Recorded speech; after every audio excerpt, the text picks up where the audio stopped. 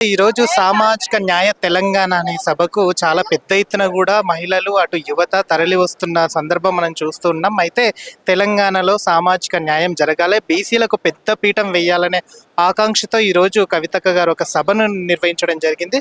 అసలు ఈ సభ యొక్క ముఖ్య ఉద్దేశం ఏంటి, అసలు ఈ సభను ఎందుకు కండక్ట్ చేస్తున్నారు, అండ్ పంచజన్యంలో ఈ సామాజిక తెలంగాణ న్యాయం కూడా గురించి కూడా అక్కగారు ఆల్మోస్ట్ చెప్పినట్టే ఉంది. దీని గురించి కూడా మనకు పూర్తిగా వివరించడానికి బతుకమ్మతో మరో బతుకమ్మ ఉంది, మనోజ గారు. మాట్లాడదాం. అక్క నమస్తే. అక్క నమస్తే తమ్ముడు. ఇప్పుడు ఈ రోజు సభను నిర్వహిస్తున్న సందర్భం మనం చూసాం. టీఆర్ఎస్ పార్టీ అధినేత్రి కవిత గారు, ఈ సభ ఒక ముఖ్య ఉద్దేశం ఏమంటారు? ముందుగా జై తెలంగాణ. ఏదైతే భౌగోళిక తెలంగాణ సాధించుకున్నాం, సామాజిక తెలంగాణ సాధించుకోలేదు అని చెప్పేసి ఉద్యమకారులం అందరం కూడా చాలా సార్లు బాధపడడం జరిగింది. కవితక్క గారు కూడా ఎన్నో సార్లు అది ప్రస్తావించడం జరిగింది. సర్వోదయ తెలంగాణ, సర్వ కులాలలో ఉదయం వచ్చిన రోజు 130 కులాలలో ఇప్పటి వరకు వార్డు మెంబర్ కాని కులాలు కూడా ఉన్నాయి. అలాంటి కులాలను కూడా వాళ్ళకి రాజకీయంగా మనం ప్రాధాన్యత కల్పించినప్పుడు, మహిళలకు ప్రాధాన్యత కల్పించినప్పుడు, యువతకు ప్రాధాన్యత కల్పించినప్పుడు అప్పుడు కదా సర్వోదయ తెలంగాణ సాధించుకున్నట్టు, సామాజిక తెలంగాణ వచ్చినట్టు. ఏవైతే మన ఉద్యమ ఆకాంక్షలు ఉన్నాయో, ఉద్యమ ఆశయాలు ఉన్నాయో అవి నీరు కారిపోతున్నాయని చెప్పి ఈ ఉద్యమకారులం బాధపడ్డాం కదా. సామాజిక తెలంగాణ నిర్మించుకోవడం కోసం కవితక్క గారు తెలంగాణ రక్షణ సేనను స్థాపించి అందులో కూడా మహిళలకి, యువతకి, బీసీలకి పెద్దపీటన వేసుకొని మా కమిటీలలో ప్రాధాన్యత కల్పించిండ్రు. ఇప్పుడు ఏదైతే కాన్స్టిట్యూషనల్ మార్పు రావాలి, బీసీలకు రిజర్వేషన్ కావాలి అంటే ఏదో నోటి మాటల వల్లనో, మేనిఫెస్టోలలో వాళ్ళు ఇచ్చిన హామీల వల్లనో కాదు, రాజ్యాంగంలో మార్పు కావాలి, కాన్స్టిట్యూషనల్ చేంజ్ కావాలి. దానికి పోరాటం చేయగలిగే సత్తా కవితమ్మ గారికి మాత్రమే ఉంది. దాన్ని మార్చగలిగే సత్తా కవితమ్మ గారికి మాత్రమే ఉంది. కాబట్టి తెలంగాణ రక్షణ సేన ఆధ్వర్యంలో మేము బీసీల తరపున కవితక్క గారు ఏ పోరాటం చేయబోతున్నారో, ఎలాంటి దిశానిర్దేశం చేయబోతున్నారో బీసీలకే కాదు సబ్బండ వర్గాలు, యువత, మహిళల గురించి మరో గంటలో కవితక్క గారు సందేశం ఇవ్వబోతున్నారు. రైట్. అంటే ఇప్పుడు బీసీలకు కానీ, అటు మహిళా లోకానికి కానీ, యువతకు కానీ కాంగ్రెస్ ప్రభుత్వం పెద్ద పీఠం వేస్తుందనే చెప్పుకోవచ్చు. మహిళల విషయంలో కూడా చాలా మహిళలను 1,00,00,000 మందిని కోటీశ్వరరాలుగా చేయాలనే సంకల్పంతో రేవంత్ రెడ్డి గారు ముందుకు వెళ్తున్నారు. అండ్ నెక్స్ట్ ఇంకోటి ఏంటంటే బతుకమ్మ అంటేనే కవితక్క, కవితక్క అంటేనే బతుకమ్మ అనేది గతంలో చూస్తున్నాం. అందరి రాజకీయ నాయకుల్లాగానే రేపన్నాడు కవితక్క గారు కూడా కాదని గ్యారంటీ ఏముంది? అందుకే నేను ఏం చెప్తున్నా అంటే, ఆడబిడ్డ ఎప్పుడు ఆడబిడ్డే.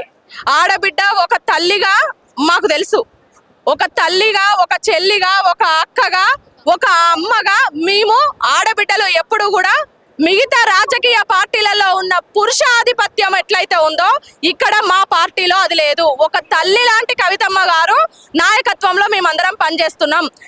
కవితమ్మ గారు సీఎం అయిన రోజు, తెలంగాణ రక్షణ సేన ప్రభుత్వం వచ్చిన రోజు తప్పకుండా కూడా ప్రతి బిడ్డని కదా, తన బిడ్డని కదా ఎట్లాగైతే ఒక తల్లి ఒడిలో ఉన్నప్పుడు బిడ్డ ఎలాగైతే సురక్షితంగా ఉంటారో, ఈ తెలంగాణ రాష్ట్రం కూడా కవితమ్మ గారు ముఖ్యమంత్రి అయిన రోజు ఖచ్చితంగా కూడా సురక్షితంగా ఉంటది. సబ్బండ వర్గాలకు న్యాయం జరుగుతుంది, సకల జనులకు కూడా న్యాయం జరుగుతుంది అని మేము భావిస్తున్నాము. అదే విధంగా మీరు ఇంకో మాట అన్నారు, కవితమ్మ అంటేనే బతుకమ్మ అని. అనగారిపోతున్న బతుకమ్మని, వలస పాలనలో అనగతొక్కిపడు సంస్కృతి సాంప్రదాయాన్ని తెలంగాణ జాగృతి స్థాపించి గల్లీలో బతుకమ్మని హైదరాబాద్ ట్యాంక్ బండి మీద లక్షల మందితో మొదటిసారి ఉత్సవాలు నిర్వహించింది కవితమ్మ గారే. ఢిల్లీ తర్వాత దుబాయ్ బుర్జ్ ఖలీఫా మీద మన బతుకమ్మ ఖ్యాతిని చాటింది కూడా కవితమ్మ గారే. రానున్న రోజుల్లో బీసీలకు రిజర్వేషన్ మనమంతా 42% కాదు, మేమెంతో మాకంతా అన్న నినాదంతోనే కాన్స్టిట్యూషనల్ మార్పు తీసుకురాబోతున్నాం. మా పోరాటం కూడా అదే ఉంటది. ఈ జాతీయ పార్టీలు బీసీలను రాజకీయాల కోసం వాడుకోవడమే తప్ప మాకు చేసింది ఏముంది? బీసీలకి, ఉద్యమకారులకు చేసింది ఏమున్నది? ఈయన ఏం చేసిండు? మహిళలకు బాగా చేసిండు అన్నారు. మహిళలకు ఏంటిది? ఉచిత బస్సు ఇస్తూనే బస్సులు తగ్గించిర్రు. తులం బంగారం ఇచ్చిండా? 1,00,00,000 మందిని కోటీశ్వర్లను అటు పోనీయండి. ఎంతమందికి కనీసము వాళ్ళకి ఇస్తానన్నా కళ్యాణ లక్ష్మి ఇచ్చిండ్రా, 2,500 పెన్షన్లు ఇచ్చిండ్రా, ఇస్తే ఇంట్లో అత్తకిస్తా అంటివి, కోడలికి ఇస్తా అంటివి. ఏం చేసిండ్రు? మహిళలకు ఏ విధంగా వీళ్ళు న్యాయం చేసిండ్రు? కాబట్టి మహిళా పక్షపాతిగా, బీసీ పక్షపాతిగా మా ప్రభుత్వం రాబోతుంది. మా కవితమ్మ గారు సీఎం కాబోతున్నారు. మరో కొద్దిసేపట్లో కవితమ్మ గారి సందేశం ఏదైతే ఉందో మాకు మార్గదర్శకంగా, మాకు దిశానిర్దేశం చేయబోతుంది.